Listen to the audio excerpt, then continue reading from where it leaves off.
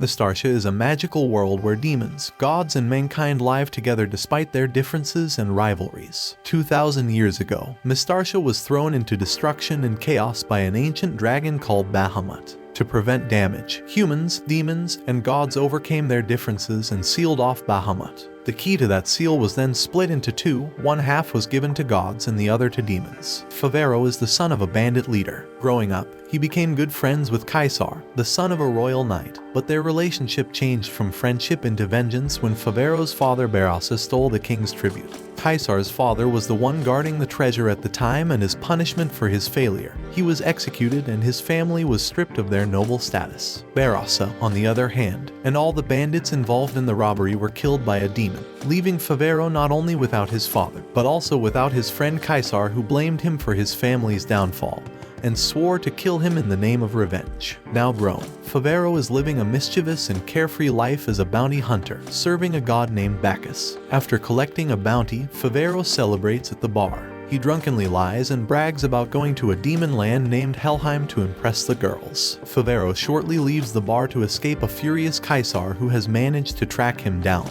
But he is approached by Amira, who asks him if he can help her get to Helheim. Favero considers running away, but seeing her beauty, he decides to help her in exchange for a kiss. But they are interrupted by the older brother of the guy Favero hunted, who summons a large demon to kill him as revenge for his brother's death. Believing his lie and unwilling to lose the only person who could guide her to Helheim, Amira transforms into a powerful half-winged demon and defeats the gigantic creature easily, much to everyone's surprise. Favero takes the opportunity to trap him in the bounty seal, but the demon collapses. Favero manages to dodge its falling body but is knocked out. While unconscious, he dreams of flames and destruction, with the dragon Bahamut looking down on him and breathing fire. He wakes up and discovers that he has grown a black, demon-like tail. Favero panics and desperately tries to get rid of it, but despite his best efforts to get rid of it, the tail is undamaged. Amira steps into the room and explains that she cast a contract spell when he passed out, in exchange for the kiss. Thinking that the only way to get rid of the spell is to kill her, he plots to get Amira drunk and bring down her defenses. His plan works and she becomes intoxicated.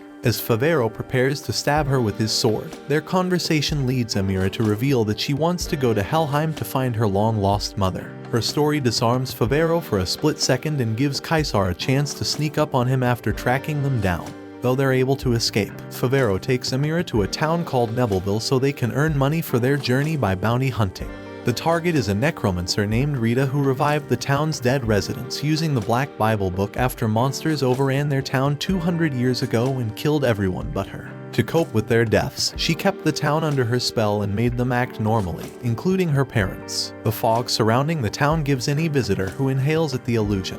Upon reaching the town, Favero and Amira encounter Kaisar, who sees them as monsters due to the fog's illusion spell. The two of them overpower him and force him to breathe in an herb antidote. As the antidote takes effect on Kaisar, he sees the villagers' true zombie forms. Kaisar tries to kill Rita's parents, and she stands in his way to protect them, but she suddenly gets bitten by her own parents. She collapses, dropping the Black Bible, giving Favero a chance to shoot it. The pair leave a devastated Kaisar, who had grown fond of Rita, to deal with her body before she transforms into a zombie. They sail off on a ship where Favero is surprised to see it captained by Ammon, an acquaintance of his father. Ammon relays to Favero that his father's group was killed by a summoned demon. As he and Amira settle in on the ship, a monstrous crab bursts out of the water and wrecks their ship. Amira quickly transforms into her demon form and defeats it, but reveals her true nature to Ammon and his crew. They capture them both because they're wanted, and Ammon reveals that he had orchestrated the deaths of Favero and Kaisar's fathers to become a demon himself. Another ship suddenly collides with theirs. Kaisar, still on his quest to capture Favero, jumps on board with Rita, who stayed by his side after. The pair fight Ammon's demon fishmen with Rita's zombies. The chaos gives Favero and Amira a chance to run away onto the other ship. Ammon catches up to them and Favero draws his own sword to face him, eager to get his revenge on the man who killed his father. They clash swords, but Favero is eventually caught off guard by Ammon's arm cannon that shoots a destructive beam. Favero dodges the beam in time. Favero fires his crossbow at the ship's helm, turning the ship sharply and outbalancing Ammon. The traitor captain falls to his death when the demon crab rises from the waves and eats him. Kaisar confronts Favero once again for a duel, but they are interrupted when the demon Azazel descends from the sky in his floating fortress in the form of a colossal tentacled beast named Gregor. He had been tracking Amira and had come to collect her. Kaisar tries to save Amira from Gregor's electric shock attack, but his attempt ends in both him and Amira being incapacitated. The beast carries them both on board, leaving Favero and Rita in shock. Favero and Rita ask for Bacchus's help to chase after Gregor. The god demands proof of Favero's conviction. Favero then quits being a bounty hunter by returning the wristband. Favero and Rita manage to get to the living fortress but get blown away by an internal force, separating them. Favero ends up in the torture chamber where Amira is being held and sees her in a weak and wounded state. He tries to rescue her, but Kaisar, manipulated by Azazel's words, arrives to take revenge on Favero. But Favero is saved by Rita, who arrives just in time and launches her zombie fist right into Kaisar's face. She reminds him that his revenge can wait until they get off the demon fortress and save Amira. Suddenly, the fortress is attacked by holy knights wanting to arrest Amira. A demon from Azazel's group descends into the chamber to prevent them from taking Amira. Favero and Kaisar manage to get a truce and agree to work together to defeat Azazel. The four of them make it to the deck but are confronted by Azazel, where Favero realizes that Azazel is the demon responsible for the deaths of his and Kaisar's fathers. Azazel recaptures them all, but as he approaches Amira, she unlocks a power that manifests into a shadowy demonic form and blasts him overboard into the abyss. The group escapes on a zombie dragon controlled by Rita. Their victory is short-lived as the knights catch up to them and take them back to their city. The king decides their fate. However, 3 angels descend from the sky and order the king to protect the group because Amira holds the god key. That night, Rita approaches Kaisar and Favero, telling them that Amira disappeared. They look for her and Favero chances upon a large statue of Bahamut, the creature that plagued his dreams. The Holy Knight Captain Jean appears and tells him about Bahamut and the prophecy of the hero destined to stop him. Favero finds Amira, and she tells him she has met her father. The man who led her out of her room and showed her a pendant that matched hers was Lavely, a holy knight and Jean's lieutenant. He told Amira that her mother gave the pendant to him for safekeeping. She runs off to the kitchen in search of food, and suddenly, Azazel appears, ready to take the god key vessel with him. Favero takes a closer look at him and realizes that he really was the demon responsible for his father's death. Azazel addresses Kaisar and reveals that he was the reason for his family's disgrace and his beloved father's death. But Favero interrupts him and tells Kaisar and Rita to take Amira to Helheim.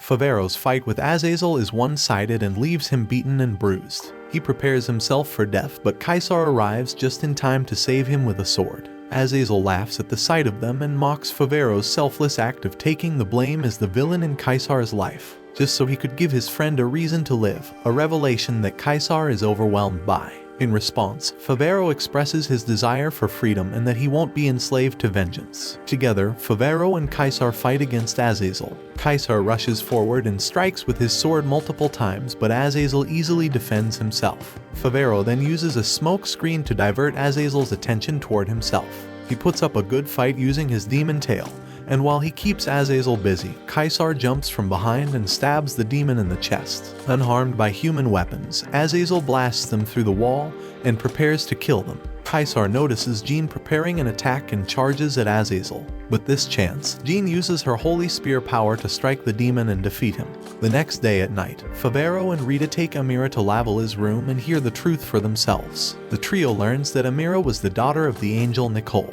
He is a knight that was tasked to protect her and Amira after they were banished from heaven. But the demon Beelzebub attacked and kidnapped Amira. Nicole set off to the realm of the demons to retrieve Amira and left her pendant to Lavely. However, the demons turned Amira into a demon and used her to steal the god key. They also manipulated her into wanting to go to Helheim, where the demon key is kept to release Bahamut. Lavely takes both pendants to create a compass that reveals Nicole's location. Amira is overjoyed to finally have some answers and to know that her mother is within reach. Taking the compass, she and Favero escape the palace, but are quickly overrun by a group of knights led by Kaisar, who engages Favero. Amira transforms into her demon form and deals with the rest of the knights when the god key in her starts to act up. The trio is suddenly transported to an alternate dimension, where Favero meets an ancient forest dragon who claims to have been pierced by Bahamut's poisonous claw just before he was sealed away. He reveals that Amira's existence ensures the world's destruction, and advises her to stay in that realm to prevent that catastrophe. Hearing this, Amira breaks down in grief when she realizes that she won't be able to meet her mother because she can destroy the world.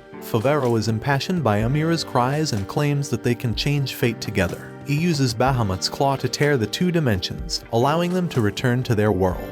However, the dragon burdens him with a warning. Amira's nature as half angel and half demon will fuse the keys together, making it impossible to reseal Bahamut. If he wants to change fate, he must take Bahamut's claw and kill Amira before she merges with the demon key. Favero and his group reach Perdicia, where a demon named Martinet welcomes them. Amira recognizes him as her teacher who told her that she'll find her mother in Helheim. He reveals that they were deceived from the beginning. He introduces his master and the one behind the plan to release Bahamut. A demon lord named Beelzebub appears and traps Favero and Kaisar in barrier seals. He tells Amira to embrace her fate and become the vessel for the god and demon keys. Amira refuses, stating that she and her friends have come to change fate. She intends to find her mother and leave in peace. Martinet presents Nicole, frozen in crystal. Nicole is released from her prison, but instead of being happy to see her daughter, she cries out in agony. Beelzebub kidnapped and tortured Nicole to extract her essence and mixed it with his to create Amira. All her memories were fake and planted by Martinet to make her release Bahamut. Weak and vulnerable from the revelation, Amira approaches the broken angel to embrace her, taking Favero's casual statement to heart that all mothers recognize their children with a single hug. Her embrace elicits another tortured cry from Nicole, but over time, the angel's heart softens and breathes Amira's name. This gives Amira hope, but it's quickly dashed when her mother fades into nothing in her arms. Favero and Kaiser watch in horror as Amira is consumed by overwhelming grief. Her despair summons the demon key to merge with her, giving her the power to unleash Bahamut. Favero asks to join the demons in their mission. Martinet grants him his wish and offers a potion to turn him into a demon. Favero quickly draws his crossbow, but Martinet sees right through his plan and counters his attack, forcing the potion down his throat and turning him into a demon. With his demonic transformation, Favero loses his humanity. When Beelzebub's floating fortress brings the transcendent key close to Bahamut, chaos ensues as all races ready their forces to stop Bahamut. Kaisar infiltrates the fortress to save Amira, but demon Favero stands in his way. Once again, the two friends engage in combat, realizing that there was no trace of the Favero he knew in the demon he was fighting. Kaisar used Favero's own crossbow to shoot an arrow right into his chest. Amira is summoned to Bahamut by the beast's power. Kaisar reaches out to stop her, but Lavalley appears and pushes him off the floating fortress. To everyone's horror, Amira fuses with Bahamut and unleashes the monster of catastrophe into the world. Beelzebub declares himself as Lord of the Demons and demands that all bow before the demons as supreme rulers of the world. His declaration launches an all-out war between all four races, but Bahamut offers no discrimination between friend and foe. His first attack mortally wounds Beelzebub, who dies bitterly. Kaisar is saved by Rita and he demands an explanation from Lavalley, who looks upon the destruction with delight. His real identity is Gilles de Rise, an evil sorcerer. He was able to manipulate every race by shifting freely between Lavalley and Martinet. He knew that Beelzebub wouldn't be able to control the apocalyptic monster. Gilles wanted nothing more than to see the world burn. Enraged, Kaisar lunges at Gilles, but the sorcerer is unharmed even after being pierced by a sword through his chest. He calls upon the demon Favero to fight Kaisar. The two engage in their fiercest fight, with Favero viciously slashing at Kaisar with Bahamut's claw turned into a sword. In the middle of their battle, Favero whispers a plan to his friend, revealing that the antidote from Rita that Kaisar had placed in the arrow he shot him with turned him back into a human. After dealing with each other several blows with their swords, Favero slashes off Kaisar's hand.